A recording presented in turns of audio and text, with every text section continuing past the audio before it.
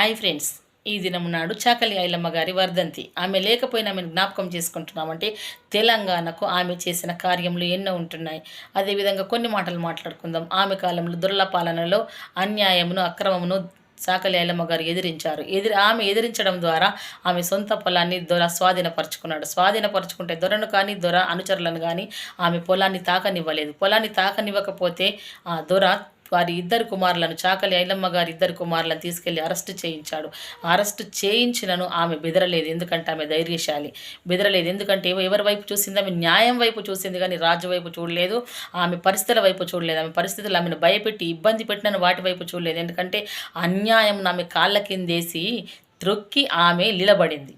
ఆమె నిలబడింది న్యాయం పైన, త్రొక్కింది అన్యాయాన్ని.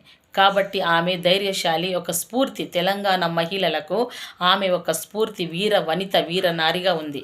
ఆమె తెలంగాణకు చేసే మేలులు, ఆమె పొందినవన్నీ బాధలన్నిటిని బట్టి చూసినట్లయితే ఆమెను ఏమి గెలిపించిందంటే ఆమె ప్రజలకు న్యాయం చేయాలి, మేలు చేయాలి, ఈ దొరల పాలన ఉండకూడదు అనే ఒక నీతి న్యాయమే చాకలి ఐలమ్మను గెలిపించింది.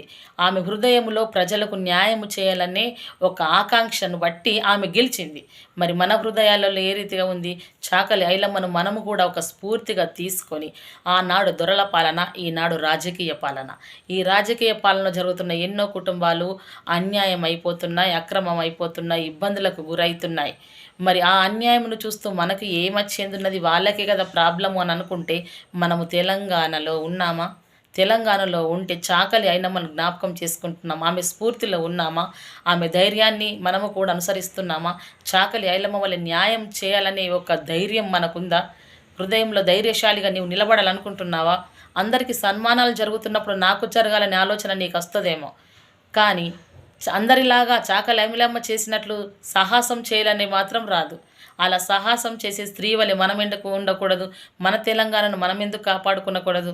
మనము కూడా ఒక మంచి పోరాడుటకు మన మనసులు కూడా దృఢపరుచుకొని చాకలి ఐలమ్మను స్ఫూర్తి తీసుకొని మనం కూడా ప్రతి అన్యాయంని ఎదిరించాలి.